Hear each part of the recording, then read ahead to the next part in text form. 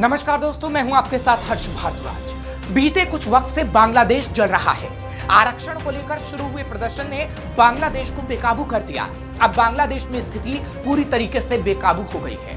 और तो और बांग्लादेश में ऐसी हिंसा भड़की कि शेख हसीना को पीएम पद छोड़कर भागना पड़ा। और इसी के साथ बांग्लादेश की सबसे लंबे समय तक प्रधानमंत्री रही शेख हसीना के राज का भी अंत हो गया। 20 सालों तक शेख हसीना ने मजबूत पकड़ के साथ बांग्लादेश पर शासन किया और अपनी मजबूत पकड़ को बनाए रखा। लेकिन शेख हसीना की राजनीति में आने की कहानी बिल्कुल अलग है। दरअसल 1947 में पूर्वी बंगाल के एक मुसलमान परिवार में पैदा हुई शेख हसीना को राजनीति में विरासत मिली। शेख हसीना बांग्लादेश के राष्ट्रपिता कहे जाने वाले बंगबंधु शेख मुजीबुर रहमान की बेटी है। बांग्लादेश को पाकिस्तान से आजाद कराने में उनकी बहुत बड़ी भूमिका थी। 15 अगस्त 1975 की बात है। बांग्लादेश को आजाद हुए सिर्फ 4 साल ही हुए थे। शेख मुजीबुर रहमान देश के राष्ट्रपति थे। उस वक्त सेना के 2 अधिकारी कैप्टन बजलुल हुडा और मेजर नूर ने शेख मुजीबुर रहमान, उनकी पत्नी और 3 बेटों की हत्या कर दी थी। शेख हसीना और उनकी बहन इस हमले से इसलिए बच गईं क्योंकि उस वक्त वो बांग्लादेश में नहीं थी। और अपने परिवार की हत्या के बाद सालों तक शेख हसीना वतन नहीं लौटी। ये पल आया 1981 में, जब वो वापस वतन लौटी। वापस आने के बाद हसीना ने देश में लोकतंत्र की बहाली के लिए आवाज को उठाना शुरू किया।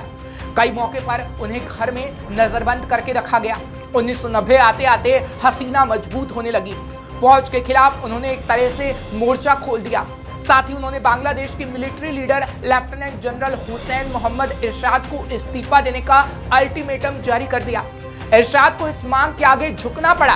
हालांकि 1991 के चुनाव में शेख हसीना की पार्टी आवामी लीग को जीत हासिल नहीं हुई। उनकी विरोधी party Bangladesh nationalist party BNP की खालिदा जिया पीएम बनी। शेख हसीना ने बीएनपी पर चुनाव में गलत तरीकों का इस्तेमाल करने का आरोप लगा डाला और बाकी पार्टियों के साथ संसद का बहिष्कार कर दिया। और 5 साल बाद 1996 के चुनावों में पहली बार शेख हसीना की पार्टी को जीत मिली। वो पहली बार प्रधानमंत्री बनी। हालांकि वो सत्ता में ज्यादा दिनों तक नहीं रह पाई। शेख हसीना के पहले कार्यकाल के दौरान विरोधियों ने पूरे देश में रैलियां की, हड़तालें हुई। इस दौरान कई जगहों पर हिंसा तक हुई। विपक्ष को इसका फायदा मिला और अगले चुनाव के बाद खालिदा जिया फिर से प्रधानमंत्री बन गई। फिर आया साल 2004, जो शेख हसीना के लिए जानलेवा हमला लेकर आया। वो एक रैली में पहुंची थी, तभी उन पर ग्रेनेड से हमला किया गया। धमाके में 20 लोग मारे गए और कई जख्मी हो गए। हालांकि शेख हसीना बच गई। इसके बाद से शेख हसीना बुलेट प्रूफ कांच की सुरक्षा में भाषण देती। इसके बाद आया साल 2009, जब शेख हसीना की पार्टी को चुनाव में जीत मिली और अगले ही साल जनवरी 2010 में सेना के 5 पूर्व अधिकारियों को शेख हसीना ने मौत की सजा सुना दी। ये वही अधिकारी थे जिनका नाम शेख मुजीबुर रहमान की हत्या में आया था, यानी उनकी पिता की हत्या। जिसके बाद 2009 से अब तक जितने भी चुनाव हुए, तब से शेख हसीना लगातार जीतती रही। वहीं शेख हसीना ने सरकार में रहते बहुत कुछ हासिल किया। शेख हसीना के शासन वाला बांग्लादेश दुनिया में एक अच्छी तस्वीर पेश कर रहा था। एक समय दुनिया का सबसे गरीब देश रहा मुस्लिम बहुल बांग्लादेश उनके नेतृत्व में 2009 के बाद से आर्थिक प्रगति हासिल कर चुका था। अब बांग्लादेश इस क्षेत्र में सबसे तेजी से बढ़ती अर्थव्यवस्थाओं में से एक है। आर्थिक प्रगति के मामले में बांग्लादेश अपने पड़ोसी देश भारत से भी आगे निकल गया। पिछले 1 दशक के दौरान बांग्लादेश की प्रति व्यक्ति आय 3 गुना ज्यादा बढ़ गई। विश्व बैंक के अनुमान के मुताबिक बीते 2 दशकों में बांग्लादेश में 2.5 करोड़ लोगों को गरीबी से बाहर निकाला गया है। बांग्लादेश की आर्थिक प्रगति का श्रेय देश के कपड़ा उद्योग को जाता है। बांग्लादेश के कुल निर्यात का अधिकतर हिस्सा कपड़ा उद्योग से ही है और हाल के दशकों में ये उद्योग तेजी से बढ़ा है, जिसे शेख हसीना की तरफ से बढ़ाया गया। बांग्लादेश का यह उद्योग यूरोप, अमेरिका और एशिया के बाजारों को आपूर्ति करता है। अपने देश के संसाधनों, कर्ज और विकास के लिए मदद लेकर हसीना की सरकार ने कई विकास योजनाएं शुरू की। इसमें गंगा नदी पर 2.9 अरब डॉलर से बनने वाला पद्मा पुल भी शामिल रहा, जिसने बांग्लादेश को दुनिया में एक अलग पहचान दे दी कि कैसे बांग्लादेश हसीना के नेतृत्व में तरक्की कर रहा है। लेकिन फिर 2024 आया, यानी इस साल, जब हाल ही में शेख हसीना का पतन का दौर आ गया, जब छात्रों का प्रदर्शन हुआ और शेख हसीना के इस्तीफे की मांग होने लगी। लेकिन इस्तीफा देने की बढ़ती मांगों के बीच शेख हसीना डटी रही। उन्होंने प्रदर्शनकारियों की तुलना आतंकवादियों से कर दी और कहा कि ये छात्र नहीं, आतंकवादी हैं।